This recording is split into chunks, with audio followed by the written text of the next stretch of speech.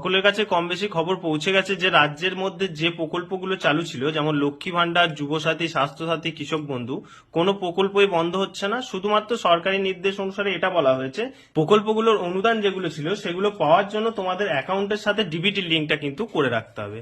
তো আজকের ভিডিওতে সকলকে দেখিয়ে দিচ্ছি যে তোমাদের ব্যাংক অ্যাকাউন্টের সাথে ডিবিটি তোমরা মোবাইল থেকে বাড়িতে বসেই কিভাবে করবে। ওকে, তো ভিডিওটা অবশ্যই ভালোভাবে প্রথম থেকে শেষ পর্যন্ত দেখার চেষ্টা করো। কোনো সমস্যা থাকলে অবশ্যই কমেন্ট সেকশনে আমাদেরকে কমেন্ট করে জানাবে। তো প্রথমেই তোমাদেরকে আসতে হবে এনপিসিআই পোর্টালে, যেখানে আসার পরই তোমাদের ফার্স্ট পয়েন্টে দেখতে পাচ্ছ এটা হচ্ছে NPCI official page. NPCI official পেজে আসার পর এই যে কাস্টমার অপশনটা দেখতে পাচ্ছ, এই কাস্টমার অপশনে গিয়ে এই একদম থার্ড পয়েন্টে বা ফোর্থ পয়েন্টে দেখতে পাবে ভারত আধার সিডিং এনেবেল। এই ভারত আধার সিডিং এনেবেলে টাচ করবে। এখানে টাচ করলে আর একটা নতুন ইন্টারফেস খুলবে, যেটা তোমরা এইভাবে দেখতে পাবে। এটা খোলার পর এখানে একটা অপশন দেখতে পাচ্ছ আধার সিডিং অ্যান্ড ডিসিডিং। ওকে, এখানে আধার সিডিং ডিসিডিং অপশনটায় টাচ করবে। এটায় টাচ করলে এরকম একটা ইন্টারফেস খুলবে, যেখানে তোমরা প্রথমে তোমাদের আধার নাম্বারটা ইনপুট করবে এটার মধ্যে।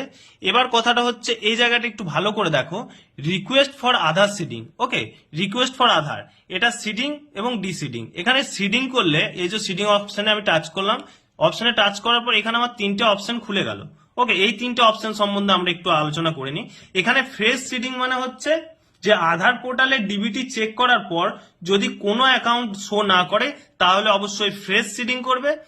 নেক্সট ফর্ম মুভমেন্ট, এখানে তোমাদের বলা হয়েছে same bank with another account, অর্থাৎ একই ব্যাংকে নিশ্চয় অনেকের দুটো তিনটে অ্যাকাউন্ট থাকতেই পারে, একটা কারেন্ট অ্যাকাউন্ট একটা সেভিং অ্যাকাউন্ট।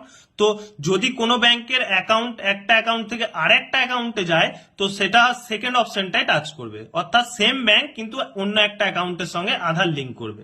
ওকে, এবার থার্ড অপশন হচ্ছে যদি কোনো তোমরা আধার পোর্টালে দেখবে, আধার পোর্টালে যদি কোনো ব্যাংক শো করে তাহলে কিন্তু সকলকেই থার্ড নাম্বার অপশনটাই টাচ করতে হবে। অপশনটাই টাচ করার পর এখানে তোমরা যে অ্যাকাউন্টটা লিঙ্ক করবে ডিবিটি, তো সেই অ্যাকাউন্টটা এখানে টাইপ করে দেবে এবং এখানে টাইপ করে দেবে। এখানে টাইপ করার পর এই যে একটা টিকমার্ক রয়েছে এটা চেকমার্ক করে দেবে। চেকমার্ক করে লাস্টের নিচে এই যে ক্যাপচাটা এখানে ফিল করবে। ক্যাপচাটা ফিল করার পর সাবমিট অপশনে টাচ করলেই তোমাদেরকে মিনিমাম 1 মিনিটের মতো সময় নেবে ডিবিটি লিঙ্ক হওয়ার জন্য। ডিবিটি লিঙ্ক সাকসেসফুল হলে তোমাদের মোবাইলে মেসেজ আসবে, সাকসেসফুল না হলেও তোমাদেরকে জানিয়ে দেবে যে সাকসেসফুল হয়নি, আবার একবার নতুন করে সেম প্রসেসে চেষ্টা করবে। হয়ে যাওয়ার পর সাকসেসফুল হয়ে যাওয়ার পর অবশ্যই আধার পোর্টালে যে তোমরা চেক করে নেবে যে তোমাদের সেই অ্যাকাউন্টটা শো করছে কিনা।